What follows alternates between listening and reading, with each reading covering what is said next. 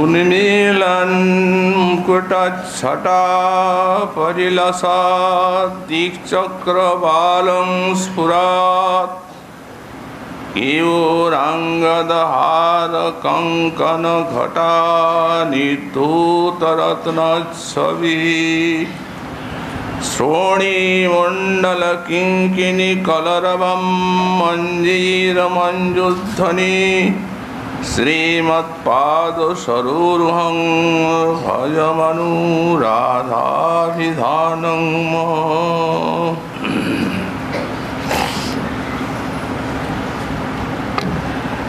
कलियुग पावनावतार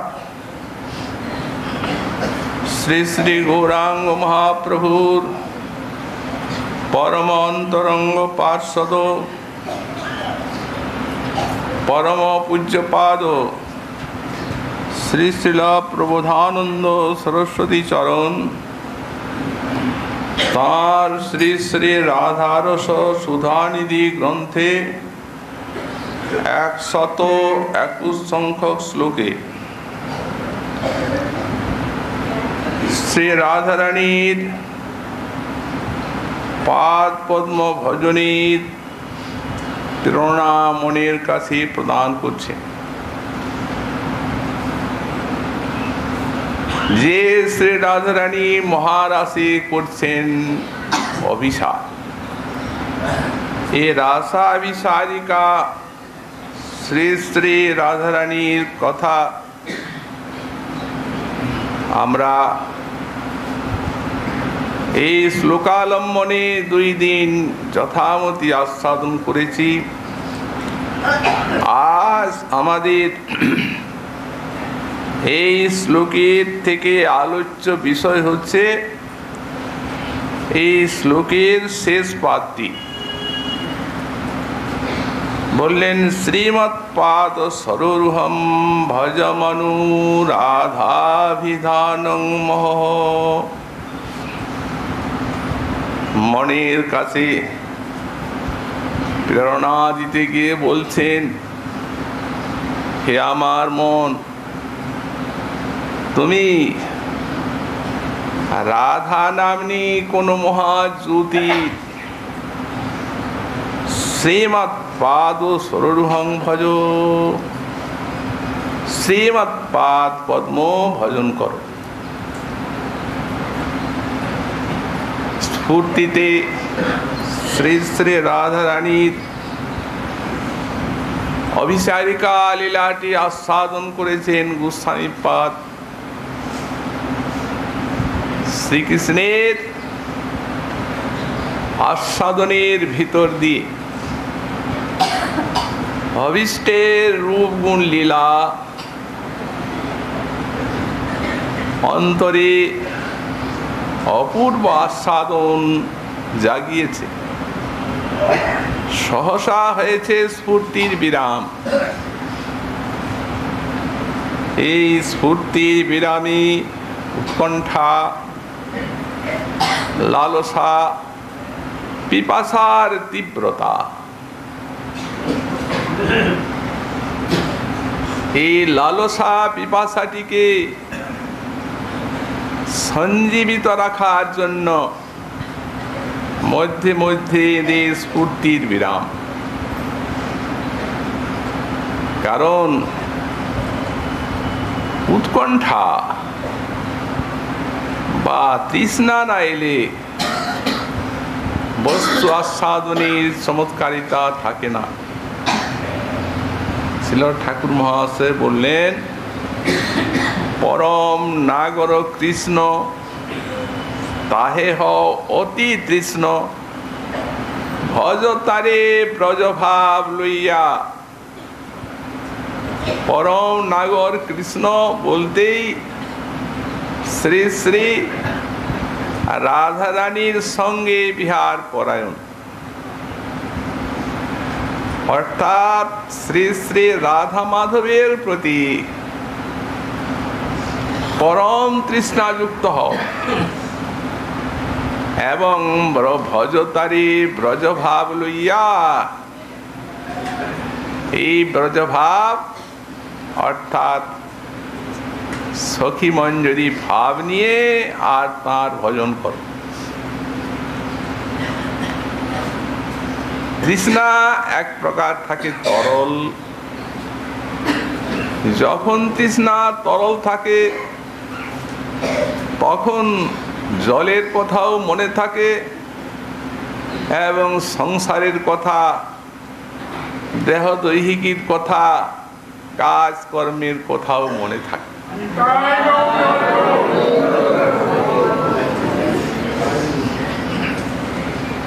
তবে মাঝে মাঝে মনে হয়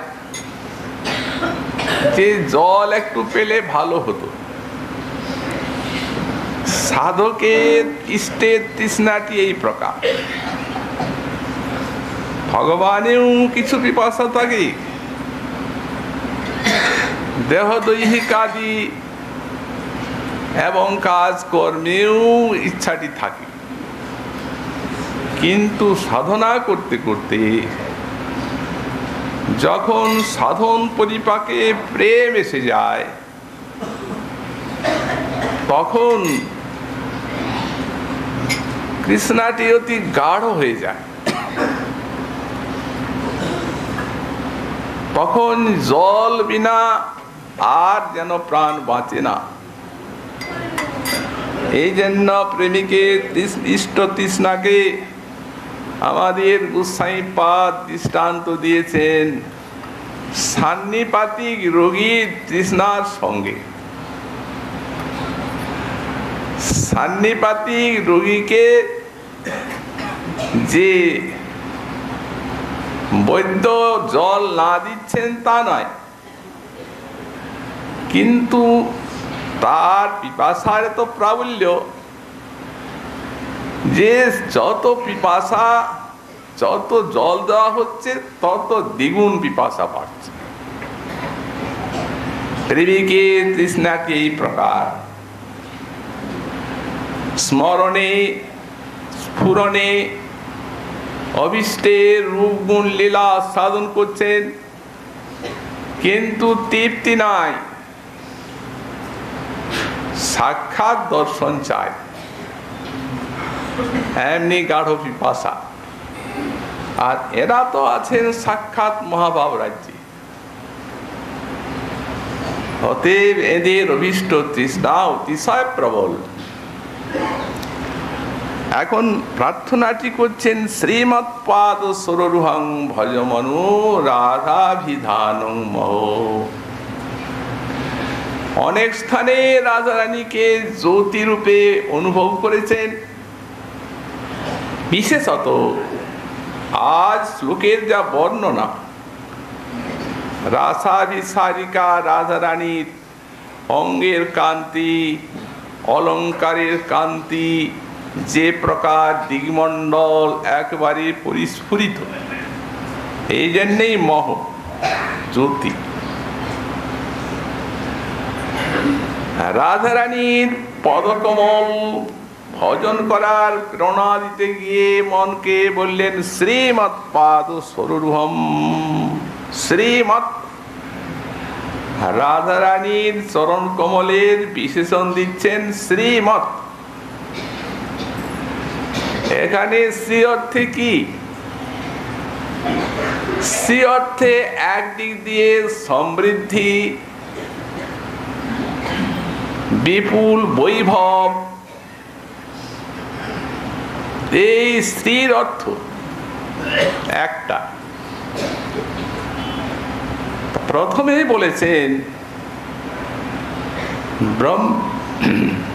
ব্রহ্মেশ্বরাদি সুদূরহ পদারবিন্দ শ্রীমৎ পরাগ পরমাদ্ভুত বৈভবায়াহ। রাধারানীর এমনি বৈভব, ঐশ্বর্য যে ব্রহ্মা মহেশ্বর আদি বলতে নারদ উদ্ধব প্রভৃতি যার এক কণিকা চরণ রেণু লাভ করতে পারেন না, এমনি দুর্লভ রাধা চরণ, এমনি পরমাদ্ভুত বৈভবায়াহা, এমনি তার পরমাদ্ভুত বৈভব। অত্যন্ত রহস্যময় শ্রী শ্রী রাধারানী। এই জন্য মহা অধিকারী তারাও লাভ করতে পারেন না রাধার চরণ রেণু। আর সাক্ষাৎ সেই চরণ ভজনের তো কোথায় নেই।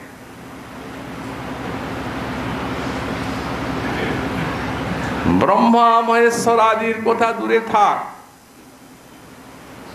সাক্ষাৎ শ্রী উদ্ধব মহাশয় ভগবান শ্রীমুখে বললেন যে উদ্ধব আমার থেকে কোনো অংশে কম নয়। আরো বললেন ন তথা মে প্রিয়তম আত্মজনীর ন শঙ্কর ন চ শঙ্কর্ষণ ন শ্রী নৈবাত্মাচু যথা ভবান। অদ্ভুত কথা, কারো প্রতি এই কথা বলেন নাই। হে উদ্ধব, ব্রহ্মা আমার আত্মজনী নাভিকমল জাত, মহাদেব আমার স্বরূপভূত, শ্রী শঙ্কর্ষণ আমার ভ্রাতা, কমলা দেবী আমার প্রিয়া, কিন্তু তুমি আমার যেমন প্রিয় এরা কেউ আমার সেই রূপ প্রিয় নয়। অধিক কি বলবো, আমি নিজেও আমার তত প্রিয় নয়। নৈব আত্মা চ, কৃষ্ণের থেকে উদ্ধব অধিক প্রিয়তম কৃষ্ণের। কিন্তু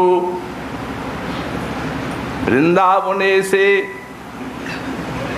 আর তিনি ব্রজবালাগণের প্রেম দেখলেন, অনুভব করলেন কৃষ্ণের কৃপায়।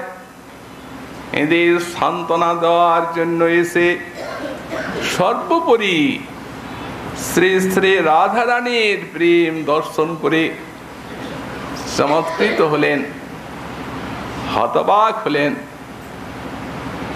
নীরব হয়ে গেলেন, স্তব্ধ। যাবার প্রাক্কালে প্রার্থনা করে গেলেন এক কণা রেণু ব্রজবালার। আসামহু চরণ রেণু দুসামহং শ্যাং বৃন্দাবনে কিমপি গুল্ম লতৌষধীনাং যা দুস্তৈজং স্বজনম মার্য পথঞ্চ হিত্বা ভেজুর মুকুন্দ প্রদবীম শ্রুতিভির বিমিগ্রাং।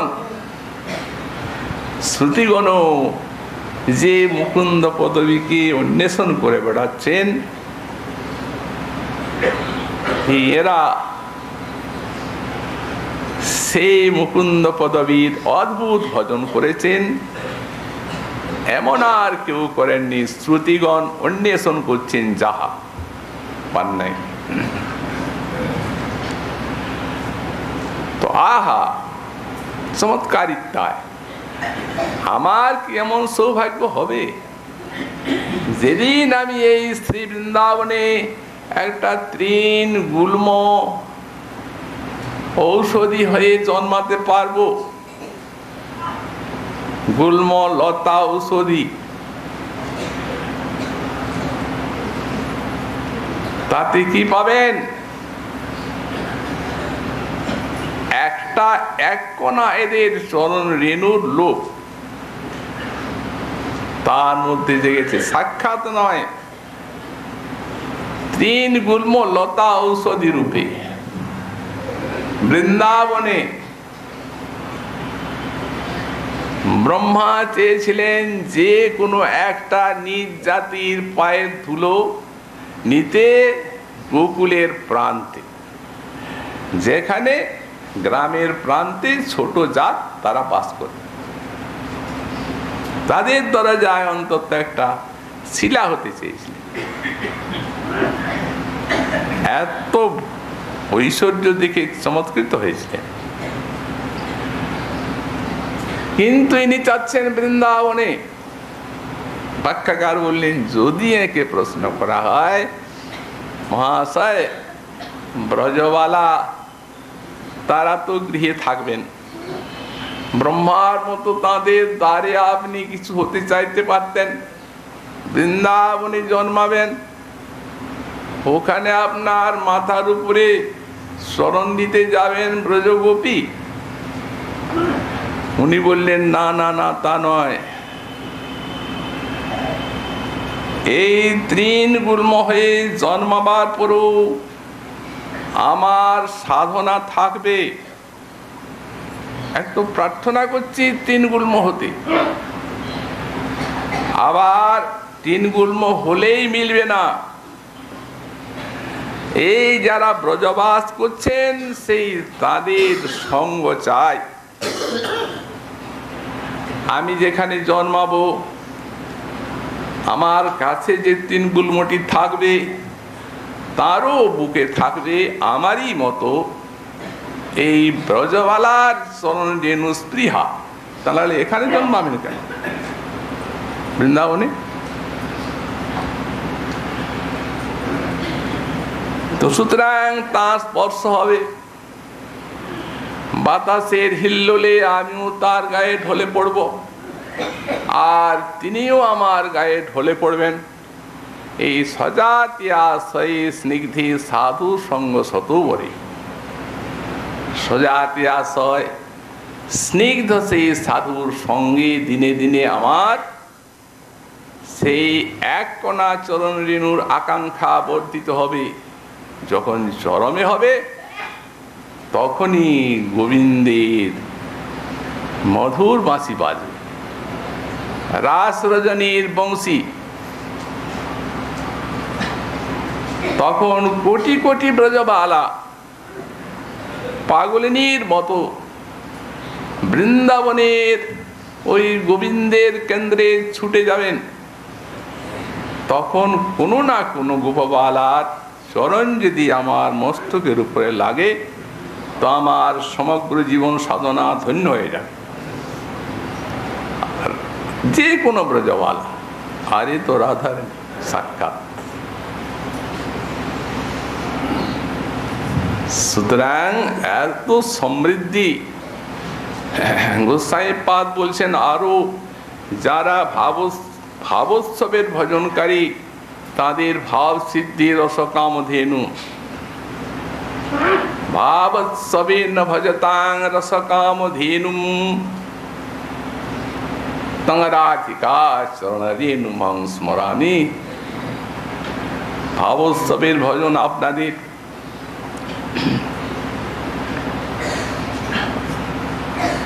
যেহেতু মহাপ্রভুর যুগের মানুষ আপনারা, উনি কৃপা করে এই যুগের মানুষকে এই অধিকারটি দিয়েছেন। এত শ্রীমৎ, আর শ্রীমৎ শব্দের একটা অর্থ আছে যে সৌন্দর্য মাধুর্যপূর্ণ, সে তো চমৎকার। যার চরণ কমলের সৌন্দর্যে কোটি কোটি কমলা মূর্ছিত হয়ে যান।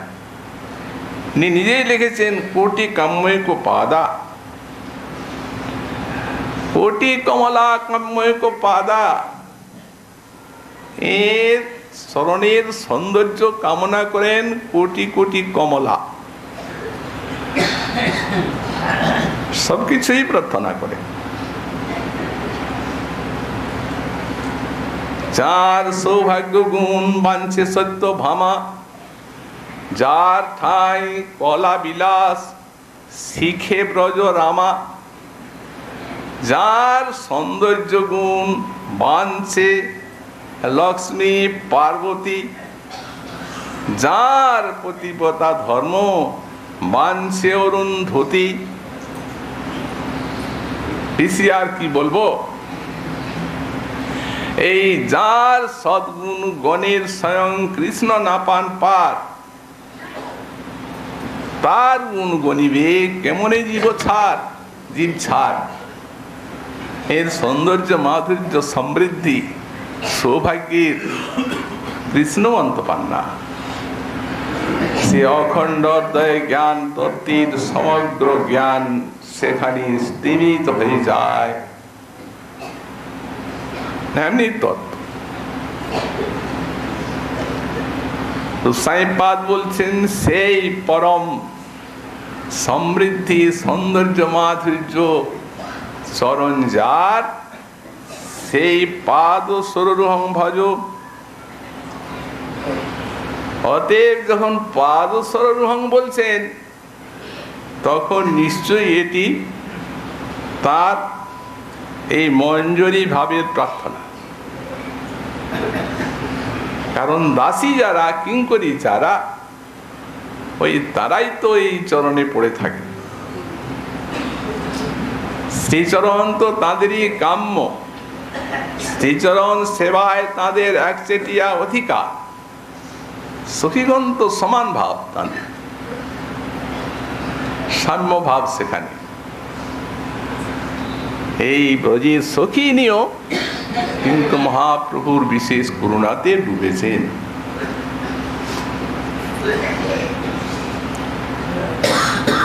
রাধা কৃষ্ণের লীলা এই অতি গূঢ়তর, দাস্য বাৎসল্যাদি ভাবের না হয় গোচর। সবেক সখীগণের ইহা অধিকার, সখী হইতে হয় এই লীলার বিস্তার। সখী বিনু এই লীলার পুষ্টি নাহি হয়, সখী লীলা বিস্তারিয়া সখী আস্বাদ হয়। অতএব সখী ভাবে যেই তারি করে অনুগতি, রাধা কৃষ্ণের কুঞ্জ সেবা সাধ্য সেই পায়। এই সাধ্য পাইতে আর নাহি কো পায়। আনুগত্যময় এই ব্রজের ভজন, আনুগত্য ছাড়া মিলবে না। শ্রীমন মহাপ্রভু যখন দাক্ষিণাত্য পরিভ্রমণ করেন তখন শ্রীরঙ্গ ক্ষেত্রে চাতুর্মাস্য যাপন করছেন শ্রী বেঙ্কট ভট্টের গৃহে। তো বেঙ্কট ভট্ট তিনি শ্রী সম্প্রদায়ী বৈষ্ণব। তাদের মতে লক্ষ্মী নারায়ণের উপাসনা সর্বোপরি, কারণ নারায়ণই স্বয়ং ভগবান। যেহেতু নারায়ণ পূর্বসিদ্ধ, তার কোনো অবতার নাই। কৃষ্ণ, রাম, নৃসিংহ, বরাহ, বামন ইত্যাদির অবতার আছে। অতএব তারা ওই নারায়ণেরই অংশ, কেউ কলা। এটি শ্রী সম্প্রদায় বৈষ্ণবগণের এই সিদ্ধান্ত। এখন মহাপ্রভুর অন্তরে আছে, তার সেই দম্ভটা চূর্ণ করবেন। অতএব 4 মাস থাকতে থাকতে একটা তো বন্ধুত্ব হয়ে গেল, সখ্য ভাব। একদিন মহাপ্রভু প্রশ্ন করছেন, ভট্ট, তোমার লক্ষ্মী ঠাকুরানী কান্ত বক্ষ স্থিতা পতিব্রতা শিরোমণি, আর আমার ঠাকুর কৃষ্ণ গোপ গোচারণ। তো সেই লক্ষ্মী হইয়া কেন চাহে তাহার সঙ্গম? শুধু সঙ্গ চাইলেন তাই নয়, এই সঙ্গ লাভের জন্য চিরকাল ব্রত করলেন, তপস্যা করলেন। ভাগবতের প্রমাণ আছে, পশ্যানুভাবস্য নদেব বিদ্মহি তবাঙ্গিরেণু স্পর্শাধিকার যদ বাঞ্ছায়া শ্রীলগ্নাচরত্তপু বিহায় কামান সুচিরম ধৃতব্রতা। নাগপত্নীগণ স্তুতি করছেন যখন গোবিন্দ মস্তকে নৃত্য করলেন। পশ্যানুভাবস্য নদেব বিদ্মহি, হে দেব, এর যে কত সৌভাগ্য এই সর্প জাতি কালীয় নাগ তা বলাই যায় না। তোমার চরণরেণুর কামনায় সাক্ষাৎ কমলা তপস্যা করছেন বৃন্দাবনে চিরকাল গত ধারণ করে, কিন্তু পান নাই। তো ভট্ট কমলা পেলেন না, তবু ব্রত তপস্যা করলেন।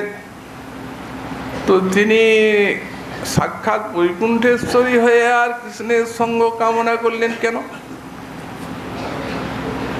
ভট্ট বললেন, প্রভু কৃষ্ণ নারায়ণ একই স্বরূপ, কৃষ্ণেতে অধিক আরো বৈদগ্ধাদি রূপ, এটা তো স্বীকার করতেই হবে।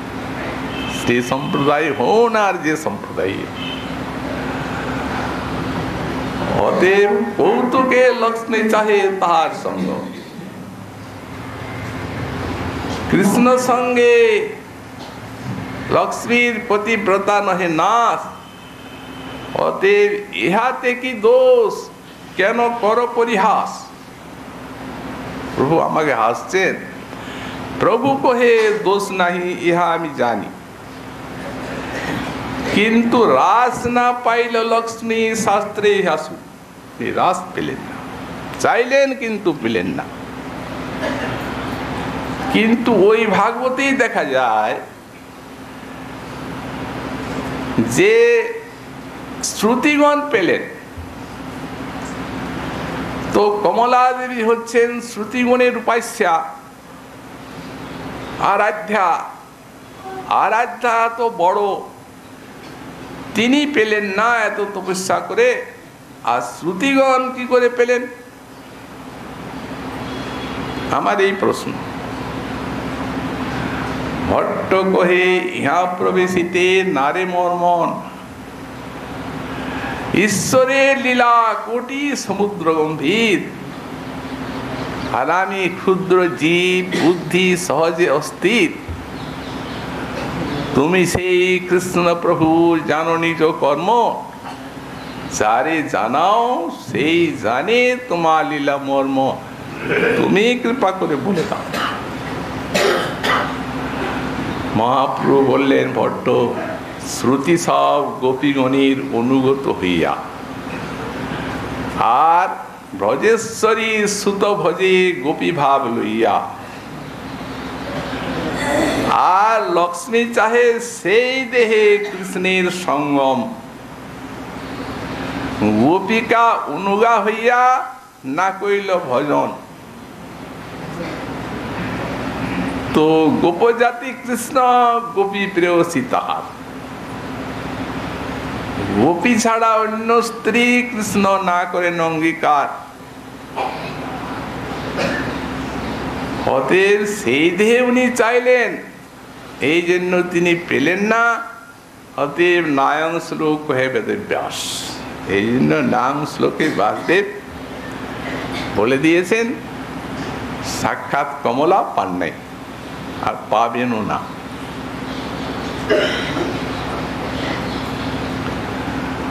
কিন্তু শ্রুতিগণ পেয়ে গেলেন এই আনুগত্যের দ্বারা।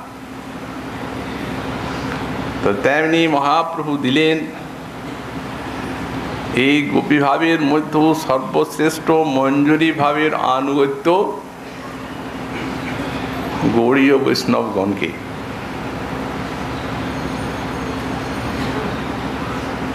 সখী রাধারানীর পঞ্চবিধ, এক সখী, এক প্রিয় সখী, এক হচ্ছে পরম শ্রেষ্ঠ সখী, প্রাণ সখী এবং নিত্য সখী। এই 5 প্রকার সখীর 3টা ভাগ। কতগুলি আছেন অসম স্নেহা, কৃষ্ণ স্নেহাধিকা, ধনিষ্ঠা প্রভৃতি। আর কেউ কেউ আছেন সমস্নেহা, অর্থাৎ রাধা কৃষ্ণের সমান প্রীতি। আর কতগুলি আছেন অধিক স্নেহা, এই এরাই হচ্ছেন মঞ্জুরি।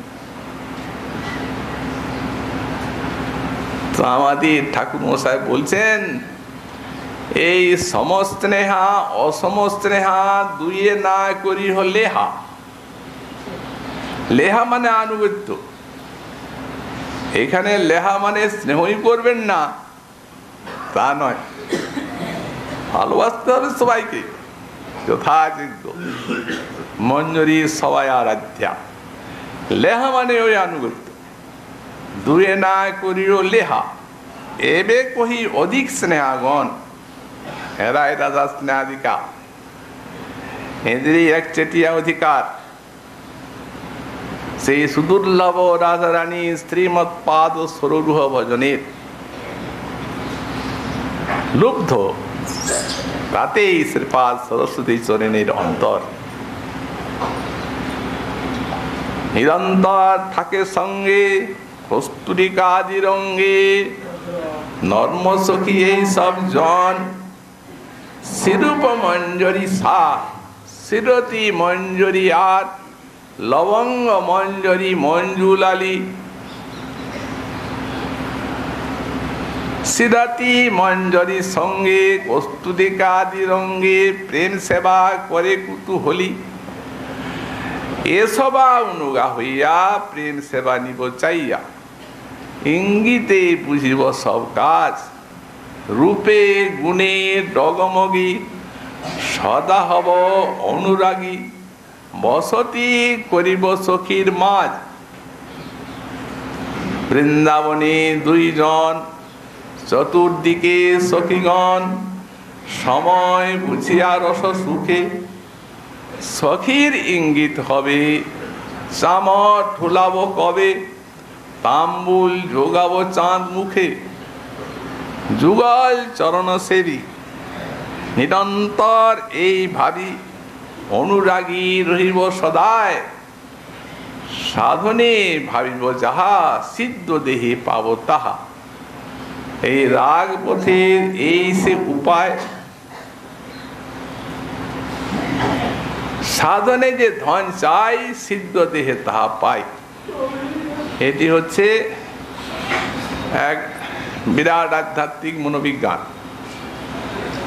সাধনে যে ধন চাই, সিদ্ধ দেহে তাহা পাই। পক্কা পক্ক মাত্র সেই বিচার। যে ফলটি অপক্ক সেই ফলটি পেকে যায়, ওটা আলাদা নয়। তো সাধন দশায় অপক্ক, সিদ্ধিতে পক্ক।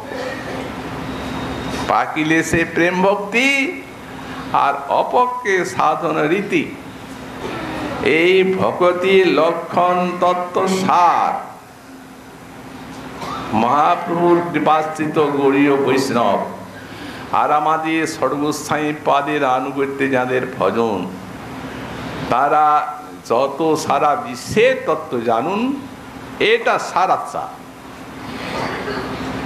ঠাকুর মহাশয় যা বাণী বলেছেন, ভক্তি লক্ষণের সার তত্ত্ব গৌড়ীয় বৈষ্ণব। একদম পরিষ্কার ভাবে নিখুঁত সাধনাটি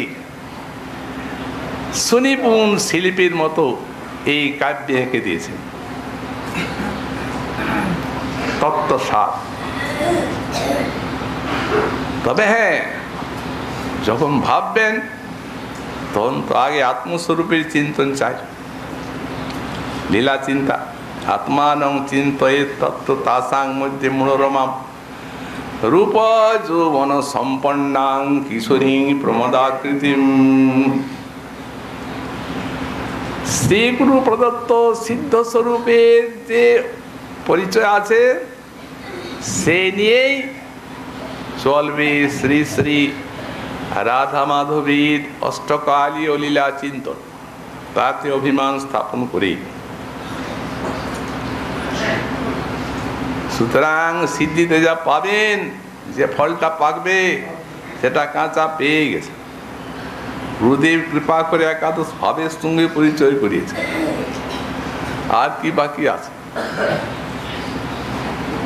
সাধন ভজনের দ্বারা একে সুপরিপক্ক করে নিতে হবে। তবে যখন আমরা নিজের সেই স্বরূপের চিন্তন করব, তখন একটা স্ত্রী আকৃতি বা গোপ কিশোরী আকৃতি, এটি চিন্তা করলে সাধনা সুষ্ঠু হবে না। মনে রাখবেন, গোপী ভাব করি অঙ্গীকার, ভাবের আনুগত্য। এখন এই ভাবের আনুগত্যটি বুঝতে গেলে আমাদেরকে একটু তত্ত্বের ভিতরে যেতে হবে। পরমাত্মা আর আত্মা, সুতরাং পরমাত্মা গোবিন্দ সর্বশক্তিমান, আর আত্মা সব জীবকুল। এখন এই পরমাত্মার এই তিনটি শক্তি শ্রীকৃষ্ণের, একটি অন্তরঙ্গা শক্তি যাকে বলা হয় স্বরূপ শক্তি, একটি বহিরঙ্গা শক্তি যাকে বলা হয় মায়া শক্তি, আর একটি তটস্থা শক্তি যাকে বলা হয় জীব শক্তি। তো তটস্থা শক্তি এই প্রকৃতি, অনন্ত জীব, এদের স্বরূপটি হচ্ছে প্রকৃতি। গীতাতে তো পরিষ্কার বললেন, অপরে অমিতস্তন্যাং প্রকৃতি বিদ্ধিনে পরাম জীবভূতাং মহাবাহু জয়েদং ধার্যতে জগৎ। অপরেয়ং মিতস্তন্যাং পরাং প্রকৃতি বিদ্ধি। এখানে পরাং শব্দের সেই পরা বলতে লাদিনী শক্তি নয়, অন্তরঙ্গা নয়। যেন ব্যাখ্যাকার লিখেছেন পরাং উৎকৃষ্টাং, কার থেকে উৎকৃষ্ট? এই মায়া শক্তি জড় বস্তুর থেকে উৎকৃষ্ট, জড়ের থেকে উৎকৃষ্ট, কারণ চিৎ কোন চিৎ শক্তি। তো বিদ্ধি তাকে এইরূপ ভাবে জানো, উৎকৃষ্টা প্রকৃতি বলে জানো। বিদ্ধিরে পরাম জীবভূতাং মহাবাহু জয়েদং ধার্যতে জগৎ, যা সারা বিশ্বে পরিপূর্ণ হয়, ধারণ করে আছে জগৎ এই জীব। এই যেখানে বৃদ্ধি ক্রিয়াটা লোট ভক্তি দিয়ে জানিয়ে দিচ্ছেন যে এটি অনুজ্ঞাবাণী, জানো। তো সেই তটস্থা শক্তি মাঝখানে আছে বহিরঙ্গা আর মায়া চিৎ শক্তি। তা এখন সেই চিৎ শক্তির বহিরঙ্গা মায়া শক্তির টানে হতভাগা আমরা এই সংসারে এসে আর জড় বস্তুতে আসক্ত হয়ে সংসার ভোগ করে বেড়াচ্ছে ৮৪ লক্ষ যোনি।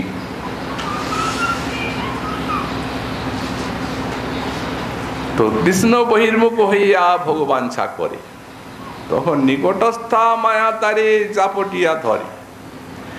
তো কেউ যদি বলেন যে উৎকৃষ্টা প্রকৃতি যখন, তখন কৃষ্ণ ভুলি সেই জীব অনাদি বহির্মুখ। কৃষ্ণ ভুললো কেন? কোনো সময়ে তো ভুললো? বললেন না, এর কোনো সময় নাই। তাসাং বর্গদ্বয়ম, জীব সন্দর্ভে লিখেছেন এটা দুটা শ্রেণী আছে অনাদিকাল থেকে। নিত্যকাল এক কতকগুলি ভাগ্যবান জীব গোবিন্দ উন্মুখ, সেই জীবগণ হয় দুইত প্রকার, এক নিত্য সিদ্ধ, একে নিত্য সংসার। এই নিত্য মুক্ত নিত্য ভুঞ্জে কৃষ্ণ সেবা সুখ, আর নিত্যবদ্ধ নিত্য ভুঞ্জে নরকাদি দুঃখ। এই যে বহির্মুখতা, সেই দোষে মায়া পিশাচি দণ্ড করে তারে, আধ্যাত্মিকাদি তাপত্রয় তারে জারি মারি। কাম ক্রোধের দাস হইয়া তার লাথি খায়। ভ্রমিতে ভ্রমিতে যবে সাধু সঙ্গ পায়, তার উপদেশ মন্ত্রে পিশাচ পলায়। এখন যখন সাধু সঙ্গ পেলেন, ভজন আরম্ভ হলো। আমরা এই গোপী আনুগত্যময় ভজনের কথা বলছি। জীব যখন প্রকৃতি, তখন ভোগ্যতত্ত্ব। ভোক্তাকে ভগবান পরমাত্মা, তিনি ভোক্তা, আর জীব ভোগ্যতত্ত্ব, মানে শক্তি মানেই ভোগ্যতত্ত্ব। কিন্তু মায়া কবলিত হয়ে এই যে পাঞ্চভৌতিক দেহ, এতে তন্ময় হয়ে, আর এই স্ত্রী পুরুষ সব নিজেই ভোক্তা, ভোগ করছেন। তিনি যে ভোগ্য, এই তত্ত্বটি তার স্বরূপগত তত্ত্ব, ভোক্তা না, পরমাত্মা ভগবানের ভক্ত। কিন্তু ভগবান যে তাকে ভোগ করবেন, তো সেই ভোগ করার উপায় কি? কারণ মায়া শক্তির সঙ্গে আর জীব শক্তির সঙ্গে তো তার ভোগ নাই। তাহলে জীব শক্তিকে তিনি ভোগ করবেন প্রকৃতি রূপে কি প্রকার? তাই বলছেন, শাস্ত্র বলছেন, সদামনি ঈশ্বরং সতে নম, স্বরূপ শক্তিতে তার বিলাস আছে। কোন জীব যদি সেই স্বরূপ শক্তি কর্তৃক অনুগৃহীত হন, তাহলে ভগবানের ভোগ বৈচিত্র্যের অধিকার সেই স্বরূপ শক্তি তাকে লাভ দিবেন। তো সেই স্বরূপ শক্তিরই মূলা হচ্ছেন শ্রী শ্রী রাধারানী। দুই রূপে তার স্বয়ং ভগবান শ্রীকৃষ্ণের মধ্যে স্থিতি। একটি হচ্ছে বাহিরে সাক্ষাৎ বিরাজমান, যার কথা আমরা শুনছি এবং বলছি, অমূর্ত রূপে আছেন, ওইটারই বৃত্তি ভজন সাধনে জীবের মধ্যে আসে, ওই গুরু পরম্পরার, ভক্ত পরম্পরার ভিতর দিয়ে। ওইটাই হচ্ছে ওর আসার রাস্তা। জীবর হৃদয়ে এসে আর শ্রবণ কীর্তনের দ্বারা জড়ীয় ভাবকে নষ্ট করে সেখানে প্রেম জাত হয়, সেই তাকেই ভগবানের ভোগ বৈচিত্র্যতে নিয়োজিত করেন। কিন্তু এই যে ব্রজ ভাব, এ ভাব বিনা আনুগত্যে মিলবেই না। বলাই আছে, হপি অনুভূতি বিনা ঐশ্বর্য জ্ঞানী ভুজিলেহ নাই পায় ভোজেন্দ্র, কেউ পায় না। এই দেখুন, মুনিগণ হয়েছিলেন দণ্ডকারণ্যবাসী ঋষি, তাদের লোভ হয়েছিল সীতারামের সৌন্দর্য দর্শন করে, তারপরে রামচন্দ্রের কৃপা লাভ করলেন, তারপরে গোপী অনুভূত হয়ে ভজন করে এখানে গোপী হয়ে জন্মালেন। শ্রুতিগণ, শ্রুতিরধিষ্ঠাত্রী দেবী সমা সমদ্রি সংগ্রী সরজ সুধা, তারা নিজেই বলেছেন, সমা শব্দে কহে শ্রুতির গোপী দেহ প্রাপ্তি, আর সমদৃশ শব্দে কহে সেই ভাবের অনুভূতি। তো সুতরাং ভাব জিনিসটাই হচ্ছে একটা তন্ময়তা। তন্ময়তা ভাব মনের একটা বৃত্তি বিশেষ। যখন বিষয়ের সঙ্গে তন্ময় হয়ে যায়, তখন তাকেই বলা হয় ভাব। অতএব যে সমস্ত নিত্য সিদ্ধা মঞ্জরি আছেন, ওরা তো যাদের কথা বললাম তারা তো নায়িকা ভাব, আবার সখী ভাবেরও আনুগত্য আছে। এখন সেই মঞ্জরি ভাবের আনুগত্য গৌড়ীয় বৈষ্ণবের। তবে শ্রীমৎপাদ সররুহং ভজমনু রাধা বিধানং মহ, তবে শ্রী শ্রী রাধারানীর এই পাদ সররুহ ভজনের সৌভাগ্য লাভ করবেন ওই মঞ্জরি স্বরূপে সাক্ষাৎ লীলারাজ্যে। গোসাইপাদ তো পার্শ্বদেই আছেন, তথাপি নিজে প্রার্থনা করে আজ জানিয়ে দিচ্ছেন যে আনুগত্য ব্যতীত এই চরণ সররূহ ভজনের কোনো উপায় নেই। তারপরে ছিল গোসাইপাদ এখানে স্ফূর্তি পেয়েছেন শ্রী শ্রী রাধারানী রাসাভিসারিকা। পরবর্তী শ্লোকে এখন রাস মহারাস মহাপ্রভুর কৃপা হলে আগামীকাল আবার আমরা আজকে আমাদের রাধা রসুদাঙ্গের কথা এখানেই বিশ্রাম।